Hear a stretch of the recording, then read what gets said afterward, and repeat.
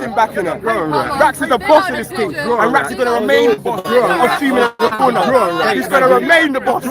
Rax is going to remain the boss of his HD. I'm the silent boss. Man, don't talk. I would like it to be, if it is. I'm sorry if that doesn't titivate the senses, but I would like it to be. I'd like all my discussions to be. It's just sadly that the Dawah team won't let me. But I don't think you're part of the Dawah team, so I'm not expecting that kind of behaviour from you. So, in the Quran... Where is he? He said he was a scout. Sorry? He was a scout. So, obviously you accept what the Quran talks about when it talks about the Injil. What do you know about the Injil, the thing that the Quran is talking about? Fair enough. Okay, so we'll do it together then, and we'll come to our own conclusions. And when there came to them a messenger from Allah, confirming what was with them, a party of the people of the book threw away the book of Allah behind their backs as if it had been something they did not know. Now, what does this verse communicate to you? What do you understand from this verse? Okay.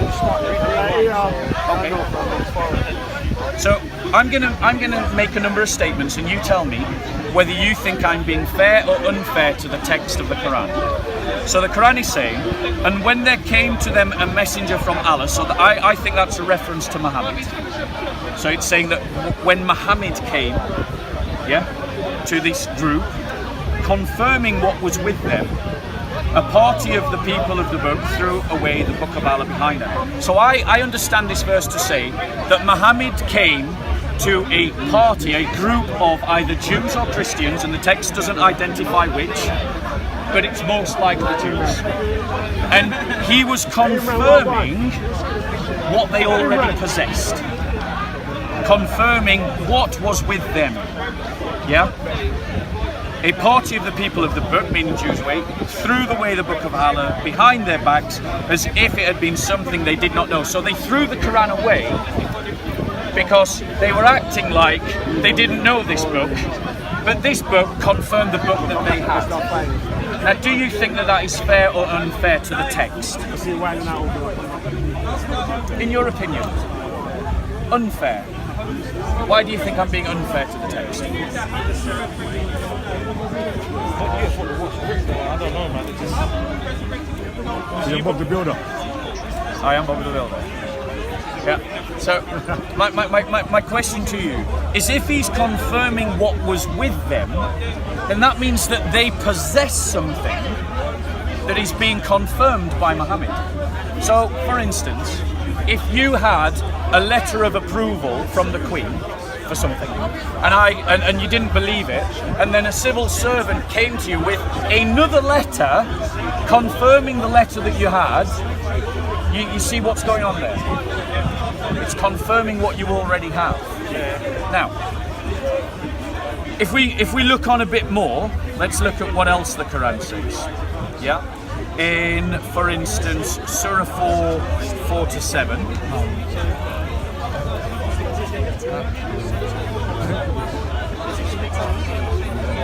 In Surah 4, ayah verses 4-7.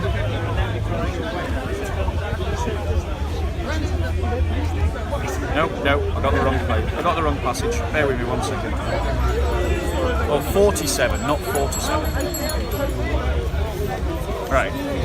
So in 47, this is Allah speaking to me. It says, "O you people of the book," so Allah is speaking, and he's not addressing Muslims.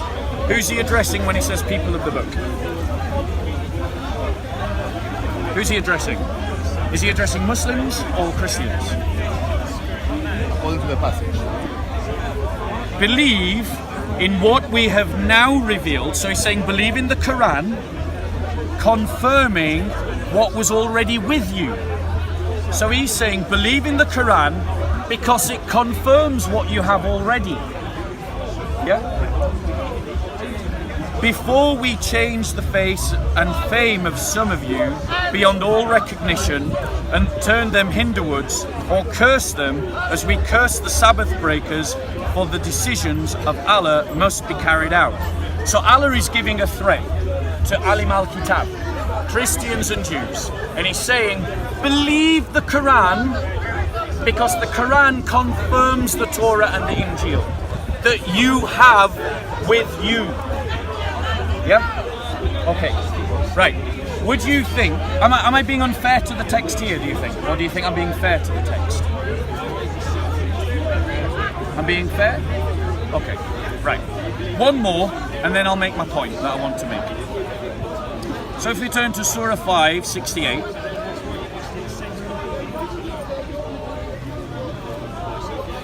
In Surah 5, 68, Allah again is speaking. And the one that he is speaking to are the people of the book, the Jews and the Christians.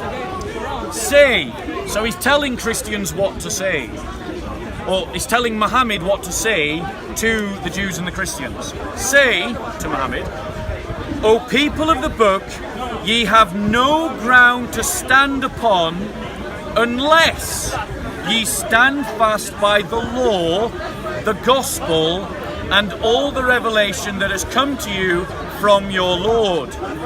It is the revelation that cometh to thee from thy Lord that increaseth in most of them their obstinate rebellion and blasphemy, but sorrow thou not over these people without faith.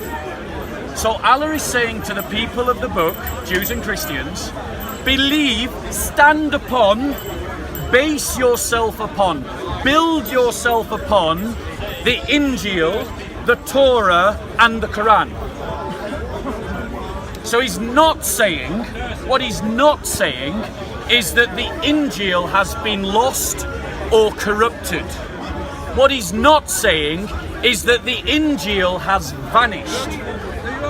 What he's not saying is you can't trust the Injil of today, as in his day, the 7th century, because he's saying that Allah is saying to the Jews and Christians, stand on the Torah, the Injil, and the Quran. Now, as a Muslim, in the mosque, do you hear that you can't trust the Injil, or do you hear what the Quran is saying? So you hear that you can trust the Injil. So you hear that you can trust the Injil. That's what they teach you in the mosque. That the Injil is not lost.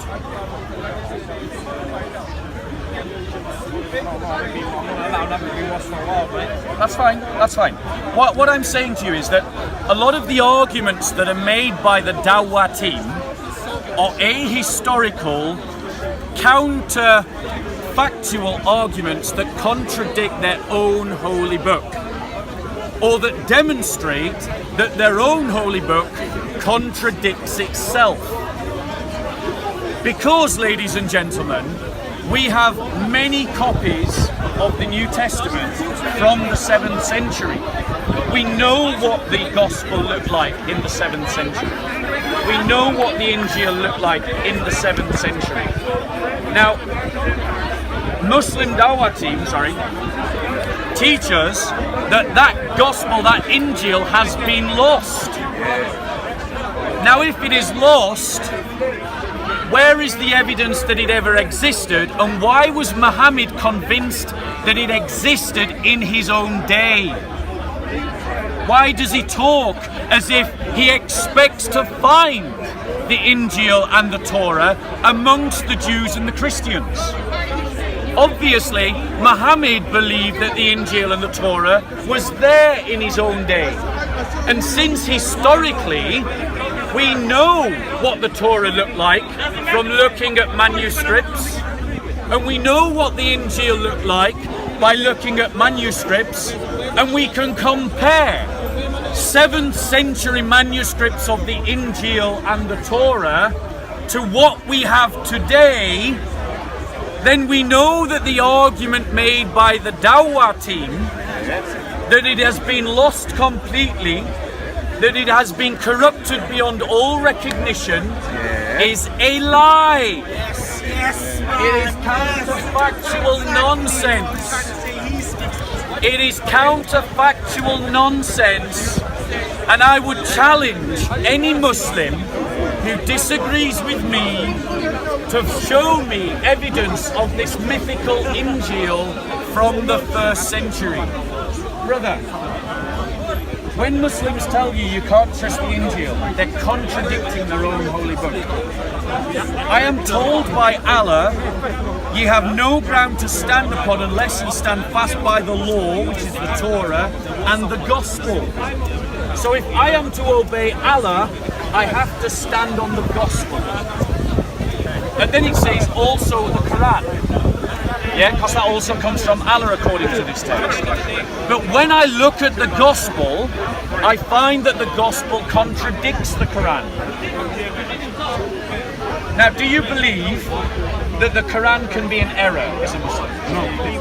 It has to be right? 100%. Okay. Now tell me, friend, does the Quran say that Jesus was crucified? No, basically what the Quran says, it says someone that looked like Jesus was crucified. That looked like Jesus was crucified. Now, does the Quran say that there was an Injil in the 1st century? Is that Injil the one that we're reading today? Okay. Let's get rid of shaitan. Oh, thank you. Regarding some parts of it are still true. Do you understand? Yeah. Some parts of it are still what the first Injil came down and did, yeah, and said, yeah. So it's not all changed. Okay. But what we're saying is that it's been altered. Yeah. And even Christians themselves have admitted that there's been parts added, taken away. People have done this. Do you know what I'm trying to say? Can I address that point? Yeah. Yeah? Okay. And you've cast away Satan now. He shouldn't come back. We're all safe, guys. So the point that would it interest you to know that the way that you have characterized textual criticism of the New Testament is a mischaracterization. Do you know what I mean by mischaracterization? Yeah. It means when you present something in a way that is not factual to the evidence. So I want to ask you this question. You're saying that some parts of it has been corrupted and some parts of it remain true. How do you identify which parts are true, the true Injil, and which parts are corrupted? Alright. The parts that are true, yeah, 100%. Are we done that already? The parts that are true 100% are the parts where, like, it talks about doing good, forbidding evil, stuff like that. For example, about stories about the prophets and stuff, yeah. And also like the wisdom inside it about, you know, what goes around comes around. Do good, it comes back to you. That's all. That's what the real came down. But the parts that have been corrupted. There's a sister behind you. Just be careful with your elbows. The parts which have been corrupted, yeah, is the parts which have been saying, for example, God has got a son, or you know, God was crucified. So, that's the parts that was corrupted. Let me stress this point. So Deen's argument is based upon an idea that there was an original Injil, an Islamic Injil. So I challenge Deen, and I challenge any other Muslim here to provide me any shred of evidence at all that such a document existed. Can you bring forward, Deen, any evidence that this Islamic Injil ever existed? What evidence can you bring forward? Show us. He's going full mafia boss now. He's got the cigar out. Full mafia boss. All he needs now is a pimp hat. Basically, yeah, the brother. Tony Montana. Go on, Tony. Finish your argument, Tony. Go on, Tony. What I'm trying to say to my brother Bob, you see, brother, yeah, is that his argument, I understand, because he's one of the good Christians that enjoins good and forbids evil. There's a difference between Christian who's just Christian by name and does all the, you know, this and that, I don't want to say, and the Christian that prays at night, that enjoys. We got the brother here. He's crying now because of Hasan was bullying him. It's the brother here. Come, one second. It's the brother here. He was, no, sorry, because he's already been on camera. He was calling him in McDonald's gay with telling Omar he's gay with him and all these things. And you see this disabled, yeah, and he's being bullied by Hasan. Look, everyone, look. You can see him right here. You understand? This is the brother here, and he was crying just now, yeah, and this is unacceptable.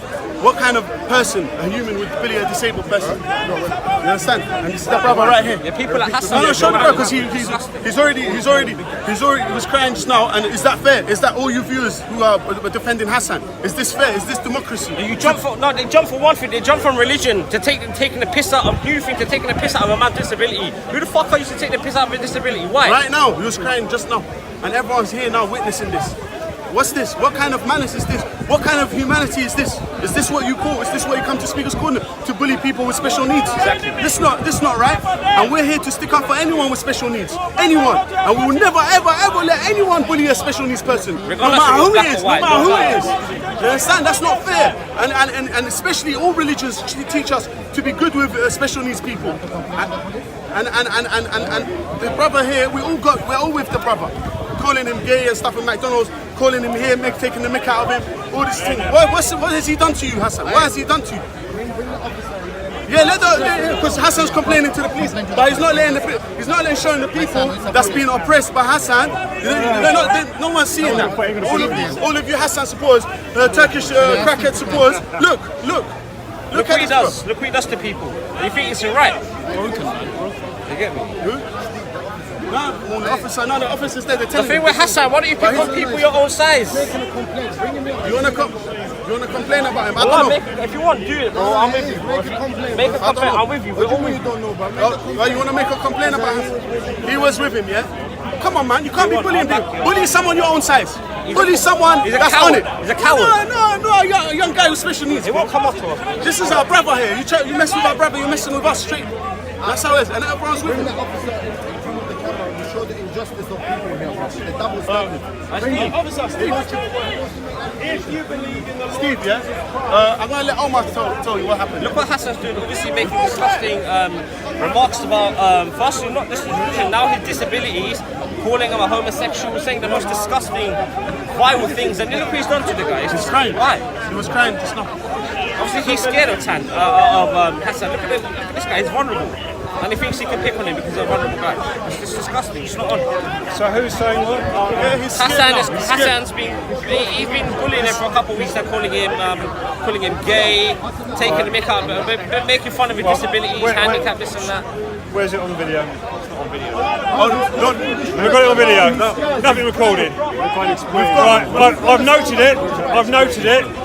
Everybody's responsible. If I hear of anything like this again, I'll take action. Alright? I've made a record of it. Does that sound fair? Stop acting like school children, or I'll kick you out. Headmaster has spoken. Carry on. Anyway, at the end of the day, what's our message to people? All humanity. It's all about peace, love and respect. And looking after special needs. That's what this country is good for. Looking after people with special needs. And this is what this country is being blessed by God, because it helps the people that's disabled, special needs, and it looks after them and treats them well. That's why God is blessing this country. So people like Turkish crackhead Hasan, he's not allowed. Anyone sees him bullying this boy, everyone has to stand up for him. Not everyone stays quiet, or just because he's got special needs, or we're not gonna do nothing. No, stand up against injustice, whether it may be anyone, especially with people with special needs. And that's what Omar's doing, that's what I'm doing, that's what everyone here around here right now is doing. And this is our brothers. We have to show them enough respect, just like we show our brothers respect. We have to be friends with them, just like we be friends with other people. Why can't we treat them like normal people? More kind, exactly, double. You have to be double kind to them, not treating them lower or less. Come on, man. And all of you supporters of Hasan, is this what you call for? Is this your democracy? So what can we do to resolve this issue then? Hasan needs to apologise. I don't know. Obviously, because obviously there's a lot of hostilities, and I don't want any kind of aggro. What can we do to resolve this? I'll tell you one thing. Because obviously, Hasan's my boy. So tell me what you want to resolve it. I know a good suggestion. Hold on. Don't talk about people's dead parents, for one. That's I've already said that. That's right. But Raj, one thing I've already said. Don't listen. Raj, hold on, Raj. The thing is, Hasan needs to apologise to this guy for what he said to him. You don't make fun of someone's disabilities. It's not, What did he say? Calling him handicapped is a fucking spazzy prick. Why? Did he say that? He said that. Calling him homosexual. Why? No, look at He never said nothing, bro. He was just crying just now in front of all of us. Oh, did he say it today? He said it a minute ago, not long ago. And last week. Is that because you got it on camera? We got the first one on camera when that was last week, and today, and on McDonald's as well. Everybody recording saw it, game, and today everyone saw it as well. That gay thing, and no offence here. I mean, obviously that's wrong, but if he's talking about his disability, then that's on another level. So I'm not going to pull up the gay thing because people have said a lot of things to me. Forget that, yeah, forget So that. what is this? What is this said about his? He's calling him a spazzy prick. Why? Oh, let me have a word with him and see what I'm. Yeah, but Rod, you never listen to me. He's not gonna listen to All I anybody. can do is talk, man. I understand, I respect you for doing that, I'm but he's gonna not gonna talk. listen to you, he's not gonna listen to no one. Why you look like you're up for a rut today? No, it's the Saddam Hussein look. He's got a cigar and a moustache. I mean, no, nothing's happening, man. No, we're just chilling. Nothing's happening. You're gonna have to go through me, and I like you as well. So don't do nothing. Don't go mad. He looks like he's coming down like he's. Hussein look. Where's a normal woman? Yeah, everybody loves you. Everyone okay? loves you, bro. Everybody your friend. Don't be afraid, okay? Dude. There are some men people sit down. They say every day, okay? They hurt me as well. But we are friends. Lots of friends you have, isn't it? Okay? And listen to Hasan, stop bullying people who've got disabilities. If you want to bully someone, come bully me, Hasan, and see what the consequences are, bro. You can't bully me, you can't fight people who are your own age, your own height, or your own size, because you're a fucking coward, bro. So stop picking on my man Junior, because the brothers are with him. So if you touch him, you'll see the consequences next time. Don't touch him, don't go near him. Lay off the crack. And lay off the crack. It's not good for you, man. Lay off the crack, Hasan. It's our brother. Man shows him love, just like I showed love to the other brothers. It's my brother. The story is, if the police doesn't take actions, we will take actions. And that's not a threat, that's a statement. 100 fucking million%. You don't take actions, we will take actions. End of the story. Hey, this is A little gift for Hasan. Take it, Hasan, please, if you're watching this. 3 o'clock, there's already a video up. At 3 o'clock, I've not even got here until 12 o'clock the video's up. At 3 o'clock I get here and the guy's accusing me of slandering his mum. I've not even said hello to him yet, man. I've not even come to the park yet and he's coming up with lies like this. The other fella said to him, do you want to apologise to him? And you was like, no, fuck off, and that was the end of that. That's it. You never even spoke to the little fella. Exactly. It's just all, mate. Bro, they're called crocodile tears. Come on, family. What, you want to cry? I'll put on a cry show for you guys. Come on, Hasan, that's it. That's it. It's done anyway, bro. They're just going for cheap, shitty little shots. And that's basically it. They went to the police about a man crying. Now, come on, are you serious? You're going to the police because I'm crying. Bro, do you think the police have not got nothing better to do than worry about you crying? Are you serious? Hasan walked up here like it was all planned out. He spoke to Hasan and that was the end of that. That's it. And Modeen's been, I don't want to be nasty, I don't know if he was there, but the only reason that I sort of like pulled Modeen out for the fight, because when he was going up to town, he was threatening us with a fight. So I said, all right, you know what, if you want to fight, okay, no worries, bruv. If you want to fight, great. Let's get papers signed up, and then we can go down and we can smash the shit out of each other, bruv. I ain't worrying about that, bruv. But the way he's going on, like as if it was him that said, offered me out for it, right, that's bollocks, bruv. The guy, you know what? All he's doing is he's lost the emotional, he's lost the debate, he's lost the emotional debate, and now he's going for cheap underhand tactics like their brothers do, bruv.